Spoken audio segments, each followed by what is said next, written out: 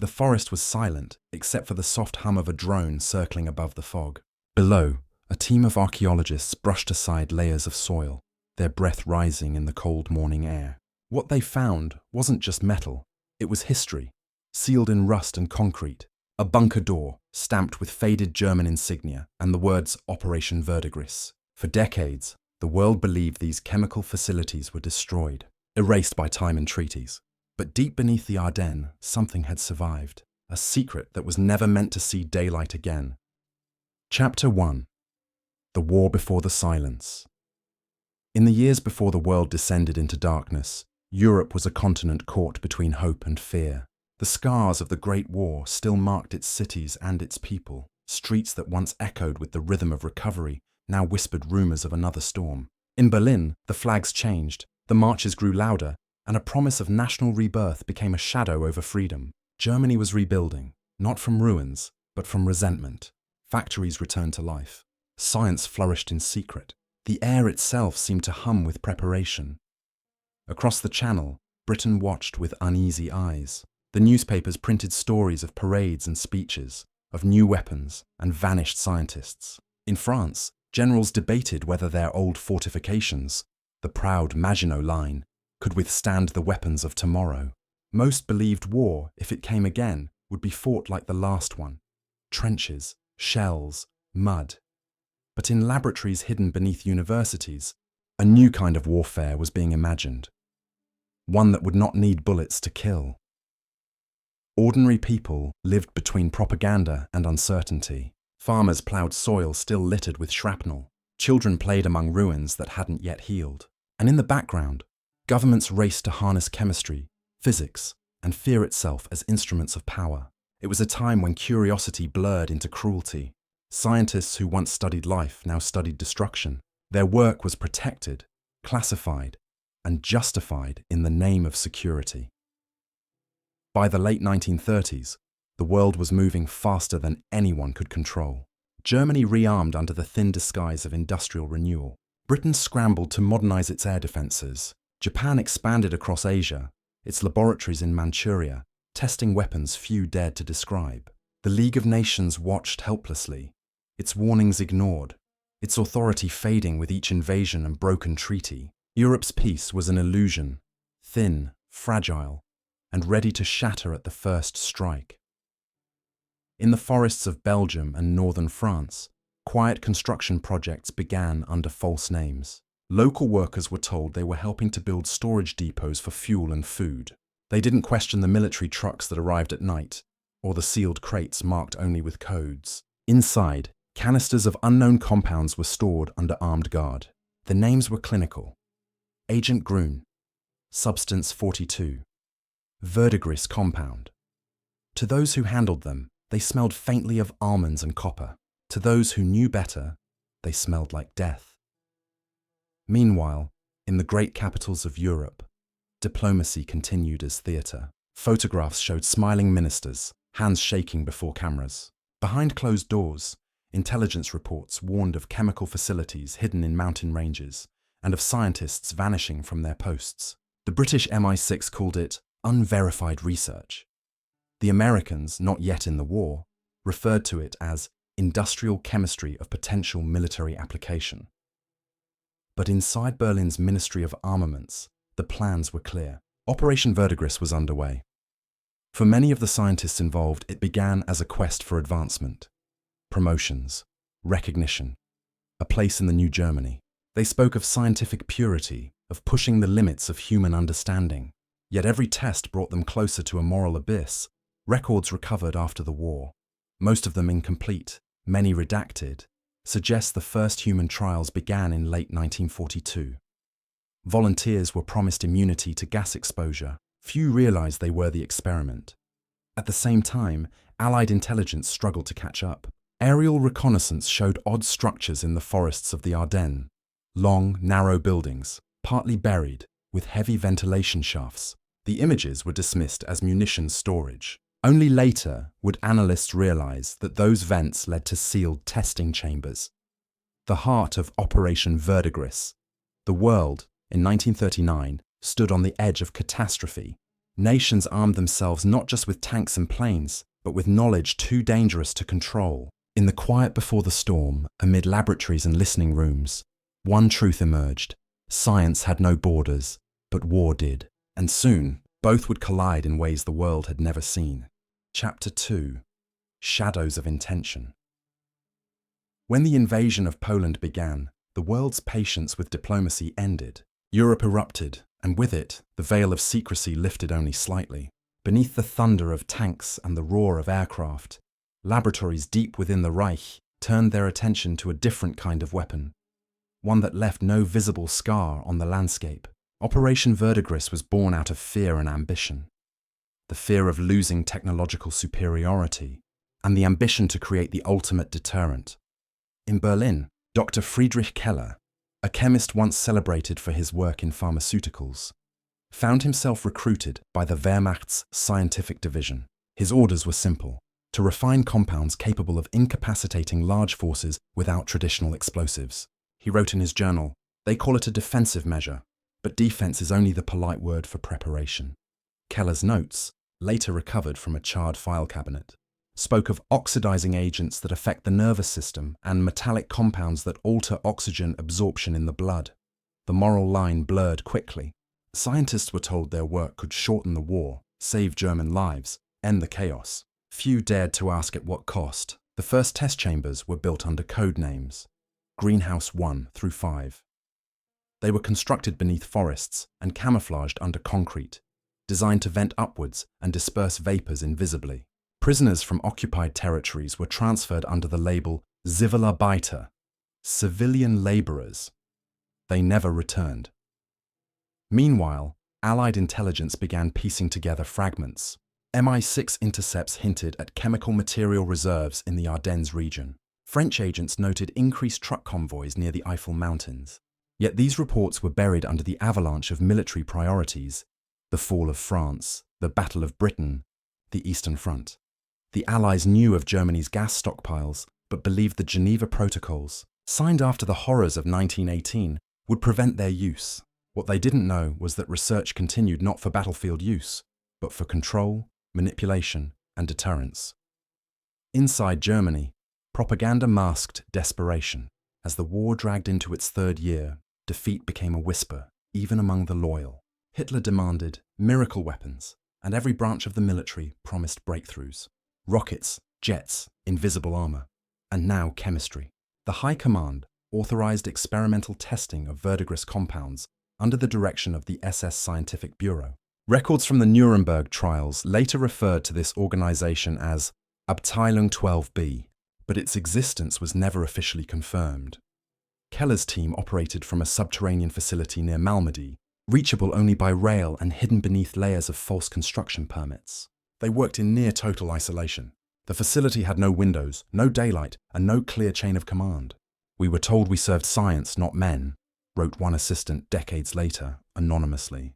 But the walls themselves seemed to breathe.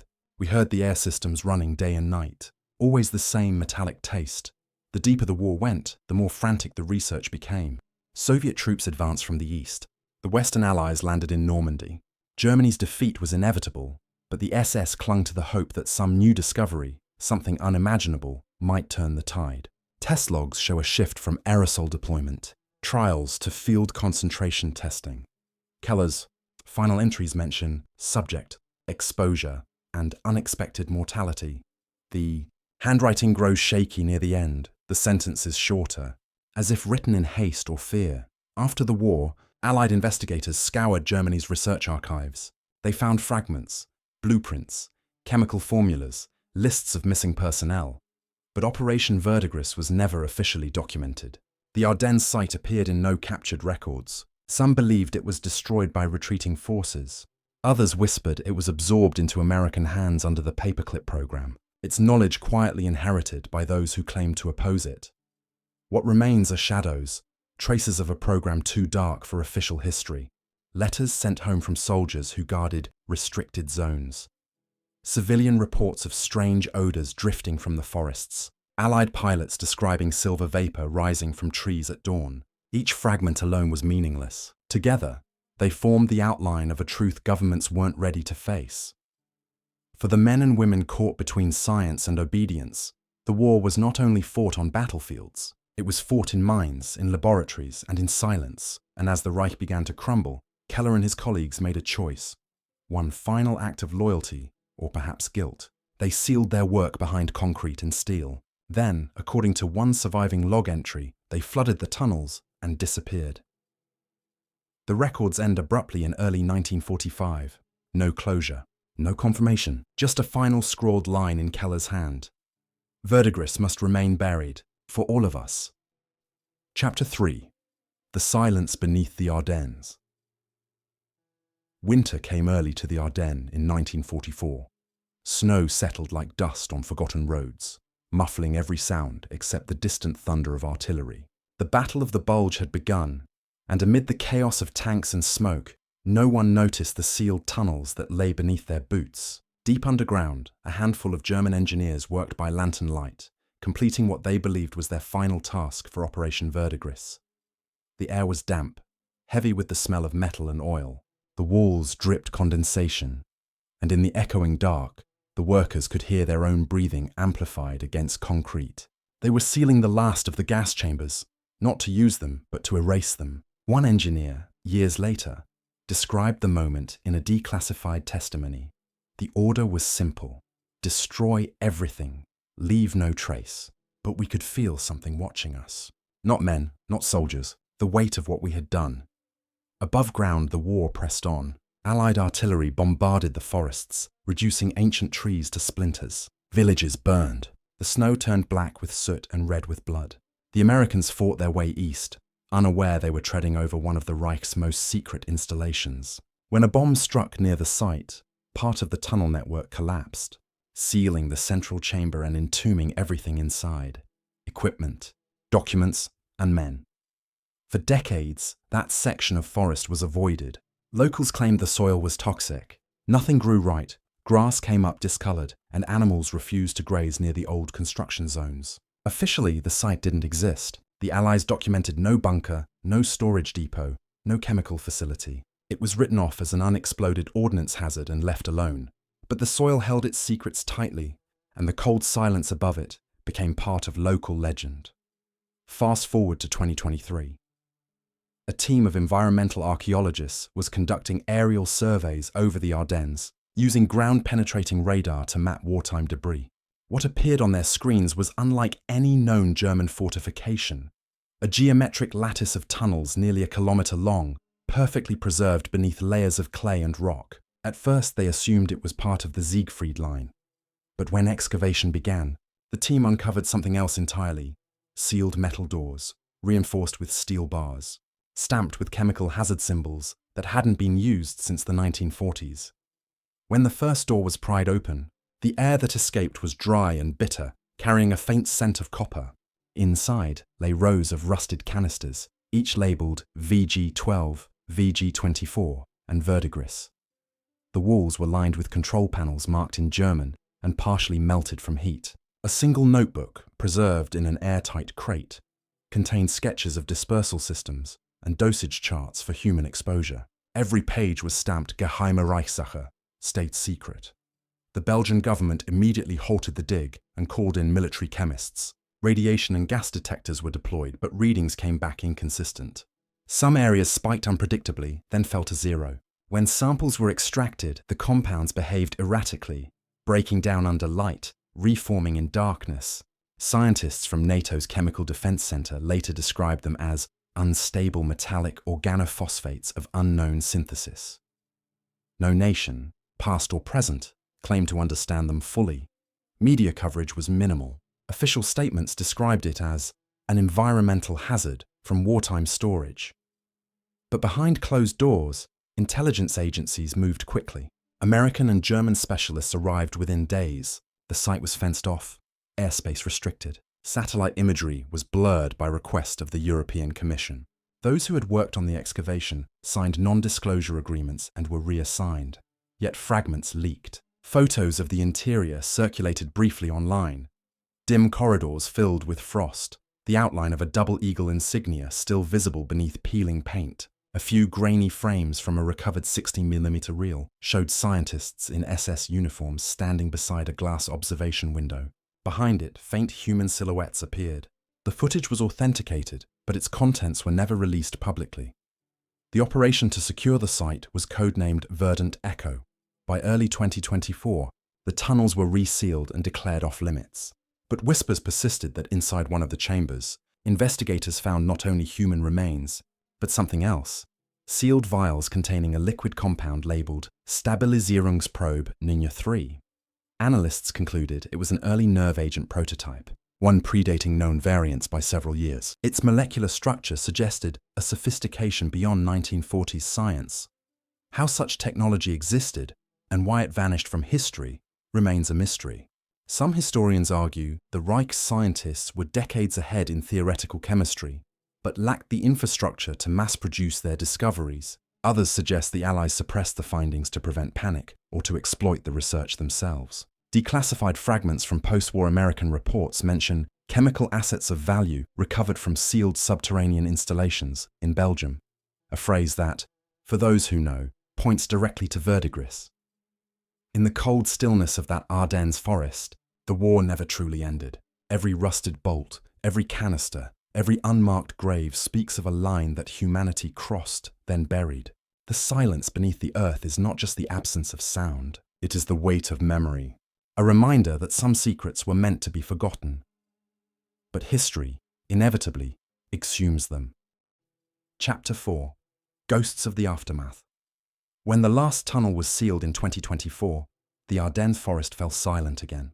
But for those who had entered it, soldiers, scientists, and historians alike, the silence didn't feel like peace. It felt like something unfinished, something watching. In the weeks after Verdant Echo was declared complete, 3 of the civilian researchers involved were hospitalized with unexplained respiratory illness. Local officials called it coincidence. Others called it exposure. Whatever it was, the records disappeared quietly into restricted medical archives.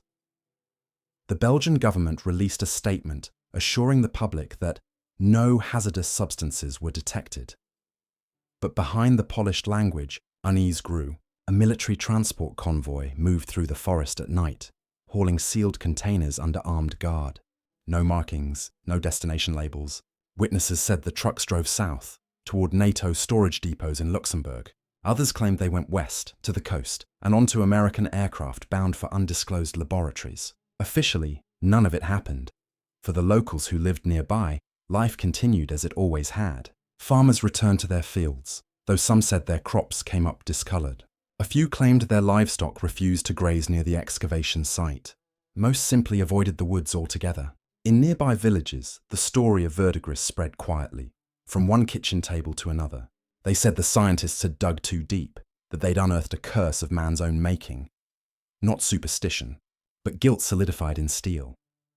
In a dim archive room in Brussels, historian Elise Vandenberg sat surrounded by stacks of declassified microfilm. She was the first to connect the modern discovery with references in the Allied chemical warfare reports from 1946, files long dismissed as translation errors. One entry caught her attention.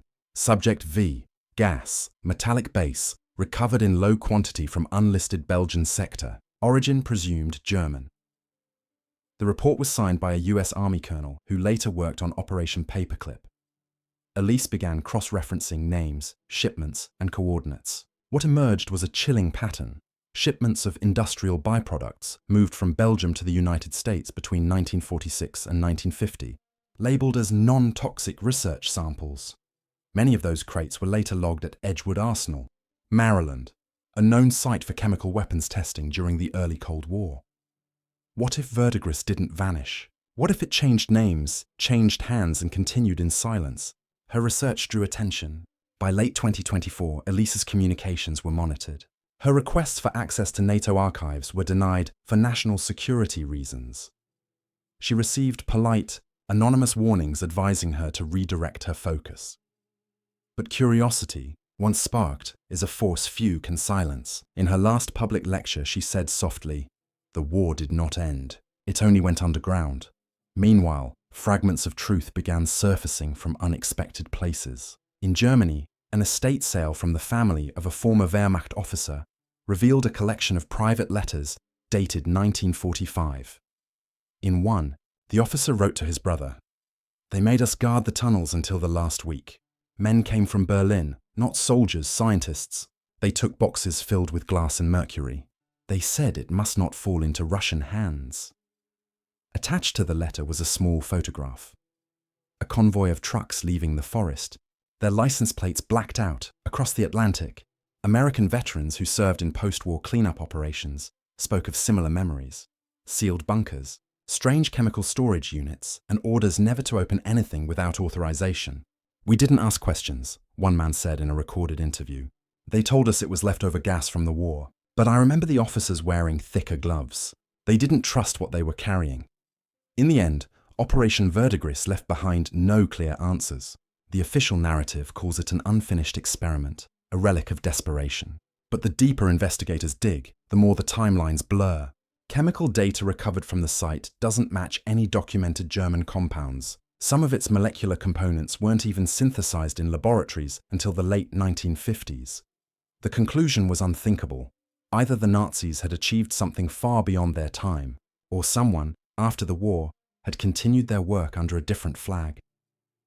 By winter's end, the excavation site was reclaimed by the forest. Grass began to grow again, though nothing would grow where the main hatch had been. It remained a bare scar of grey earth surrounded by frost. Locals left flowers there in spring, not for soldiers, but for the nameless, for those who worked in silence, for those buried in secrecy, for those who paid the price of curiosity. In the calm that followed, Elise recorded her final field note before disappearing from public view. Her voice, captured on a small dictaphone, trembles as she speaks. "We always believed history was written by the victors, but some parts were never written at all. They were buried, and sometimes we are the ones who dig them up again." The tape ends with static. A faint metallic click follows. Maybe a door, maybe a recording glitch. Then silence. The same silence that still hangs over the Ardennes, heavy and unbroken, like a breath the earth refuses to release. Chapter 5. What Remains in the Earth. Today, the Ardennes looks peaceful. The forests are green again. Birds move between the trees where soldiers once hid, and the wind carries only the sound of leaves. Tourists pass by without knowing what lies beneath. The maps show nothing.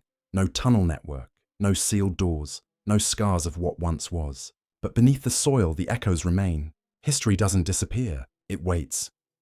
In Brussels, the files on Operation Verdigris remain classified under joint NATO custody. Their release date, once listed as 2045, has quietly been extended another 50 years. Officials call it a matter of public safety.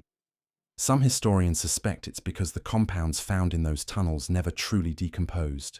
Samples stored in military laboratories across Europe continue to defy explanation and control. They are relics of a war that ended on paper but not in principle. The story of Verdigris isn't just about weapons or science. It's about what happens when knowledge outruns conscience. In the pursuit of victory, people crossed a line they could never return from.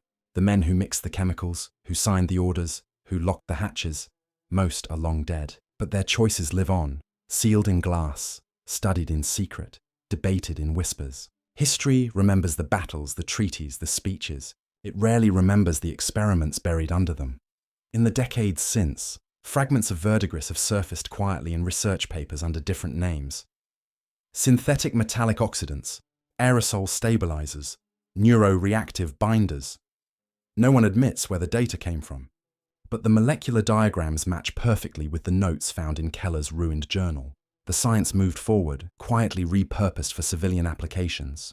Gas filtration, industrial coatings, even medical anesthetics. The line between weapon and medicine, between evil and innovation, blurred until no one could tell the difference. And yet, there are those who still search. Independent historians, archivists, ex-soldiers, haunted by things they saw but never understood. They follow rumors, unmarked graves, missing shipments, names blacked out in official correspondence. What they find are fragments of a world that hid too much for too long.